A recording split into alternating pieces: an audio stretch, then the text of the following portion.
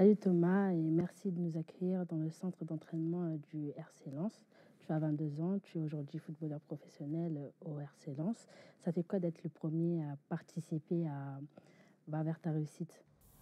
Je suis honoré, surtout que voilà, c'est une association de ma ville, Bosse-Saint-Léger, et originaire de cette ville-là. C'est toujours plaisant d'être, on va dire, le premier d'une longue série, je l'espère. Mais reprenons à zéro. Tu es né à Sucy-en-Brie, mais tu as passé ton enfance à Boissy-Saint-Léger, dont l'école primaire Jacques Prévert et le collège Blaise Sandras. Quel genre d'élève t'étais? Honnêtement, moi, je pense que un parmi votre staff peut en témoigner. On va dire que j'étais un bon vivant, on va dire. On va dire que j'étais un bon vivant, on va dire. Et en tant que petit garçon? Également aussi, j'étais un bon vivant. J'aimais bien parler, on va dire. J'aimais bien parler. Et aujourd'hui, ça a changé? Non, j'aime toujours autant bien parler, mais on va dire là, c'est dans un autre contexte pour faire rire les autres, on va dire. Et là, je serais pas puni si je fais rire les autres. Ouais, je comprends. Et il fallait parfois te recadrer, nous disait M. Lamont, qui était un de tes entraîneurs à Créteil, c'est vrai? C'est vrai, parce que voilà, moi, j'étais un peu, on va dire, tête en l'air, c'est-à-dire que j'écoutais pas trop les consignes, c'est-à-dire un exercice qui était donné, j'étais toujours celui qui demandait faut faire quoi, faut faire quoi, faut faire quoi. Donc, oui, par rapport à ça, c'est vrai que j'ai tendance parfois à être un peu ailleurs. Et quel souvenir tu gardes de tes années à Blaise? À Blaise, à Blaise, c'est comme je dis souvent avec mes amis de Boissy, c'est Blaise Story, c'est-à-dire c'est les meilleures années de ma vie là. Pour l'instant, après, j'espère que j'en connais des belles encore, mais pour l'instant, ouais, c'est l'insouciance. C'est vrai, c'est ça en fait, c'est l'insouciance. Et à ce moment-là, comment tu considérais le football? Comme une passion jusqu'à aujourd'hui, voilà, c'était un rêve, hein. C'était un rêve, étant donné que voilà, moi, je viens d'un quartier où il n'y a pas énormément de footballeurs professionnels.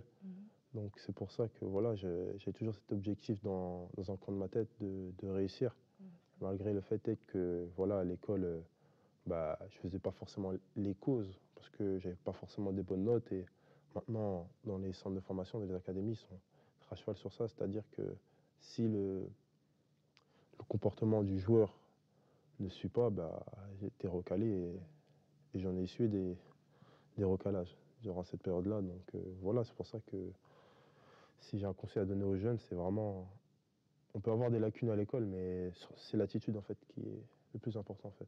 On a une vidéo de Martine Moulin et une de tes anciennes éducatrices qui nous parle un peu de ton père et une anecdote aussi. Je me rappelle d'une anecdote, on avait fait un tournoi, ça doit être au CFFP. Et à un moment, Thomas, il se fait tacler et il tombe. Et le père, il est rentré en furie sur le terrain. Je me suis dit, parce que Thomas, il a eu vraiment très mal et j'ai eu peur. Et le père, il est rentré en courant et j'ai dit, ça y est, il va péter les plombs, il va taper tout le monde et tout. Puis non, ça s'est calmé, parce qu'après Thomas, ça allait beaucoup mieux. Je m'en rappelle même plus.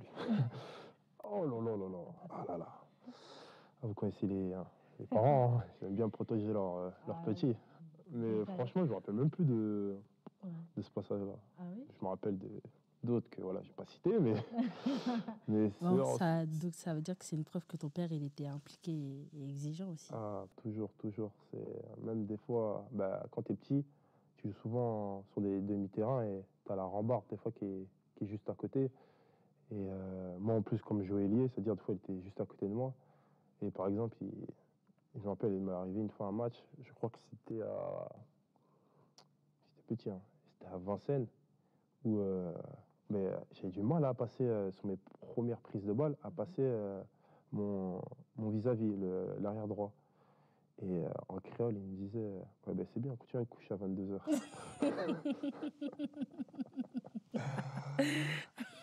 Et quand il m'a dit ça, j'ai fait waouh, ce soir je suis cuit déjà. Ah oui. Mais bon, après, je crois que je me suis bien rattrapé sur le reste du match. C'était voilà, une sorte de motivation. Voilà, c'est ça, on va dire. Tu as grandi dans un milieu populaire en banlieue. Qu'est-ce que ça t'a apporté jusqu'à aujourd'hui sur le terrain?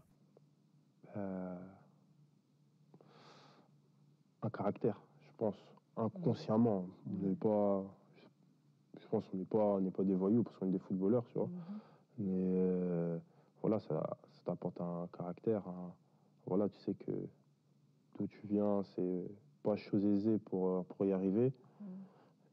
Et voilà, c'est Une manière de s'imposer. une manière de s'imposer sans forcément faire le voyou, crier, dire ouais, moi je suis un mec de quartier, je suis ceci. Juste montrer quand même du Non, caractère. t'as pas besoin de faire ça parce que voilà, les mecs de quartier sont dans les quartiers et les footballeurs sont sur le terrain. Et dans ton parcours? C'est clair, ça m'a aidé à avancer parce que tu savais que si tu n'y arriverais pas, tu avais plus de chances de terminer avec les autres que voilà, te créer ton propre chemin. Mais ça va, franchement, j'ai eu de la chance où à Boissy, le fait que je faisais du foot, automatiquement les gens voilà, ils disaient que ouais, traîne pas là, fais pas ceci, fais pas ça. Donc ça te facilitait, tu vois, ça m'a facilité.